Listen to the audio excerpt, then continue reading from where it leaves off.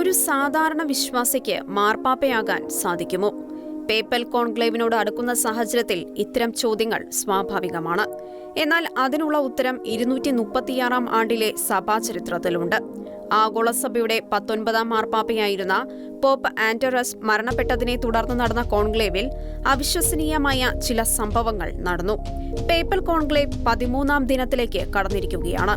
Pop ആന്ററസിന്റെ മരണത്തെ തുടർന്ന് ആരാകും അടുത്ത മാർപ്പാപ്പ എന്നറിയാൻ ഉൾഗ്രാമത്തിൽ നിന്നുള്ള ഒരു കർഷകൻ വത്തിക്കാനിലെത്തിയിരുന്നു. മാർപ്പാപ്പ ആകാൻ യോഗ്യതയുള്ള പലരും ഉണ്ടായിരുന്നെങ്കിലും ആരെയും തിരഞ്ഞെടുക്കാൻ സാധിക്കാത്ത ഒരു സ്ഥിതിവിശേഷം നിലനിന്നിരുന്നു.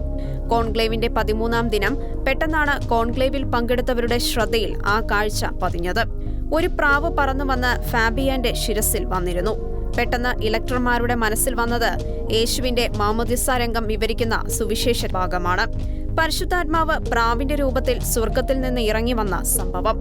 ഫാബിയന്റെ കാര്യത്തിൽ സ്വർഗം നൽകുന്ന തെളിവാണ് പ്രാവിന്റെ സാന്നിധ്യം എന്ന് കോൺക്ലേവ് കരുതുകയും ഫാബിയാനെ പരിഗണിക്കുകയും ചെയ്തു.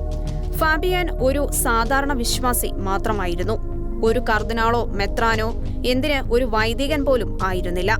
മാർപ്പാപ്പ ആകാനുള്ള യോഗ്യതയായി അന്ന് കരുതിയിരുന്നത് മാമോദിസ സ്വീകരിച്ച് സഭയിൽ അംഗമായ ഒരു പുരുഷനായിരിക്കണം എന്ന് മാത്രമായിരുന്നു. ശേഷം ഫാബിയാനെ സഭയുടെ പാരമ്പര്യമനുസരിച്ച് തിരുപ്പട്ടവും മേൽപ്പട്ടവും നൽകി പരിശുദ്ധ സിംഹാസനത്തിലേക്ക് അവരോധിച്ചു. പലവിധ ശീഷ്മകൾ പെരുകിയിരുന്ന കാലമായിരുന്നു അത്.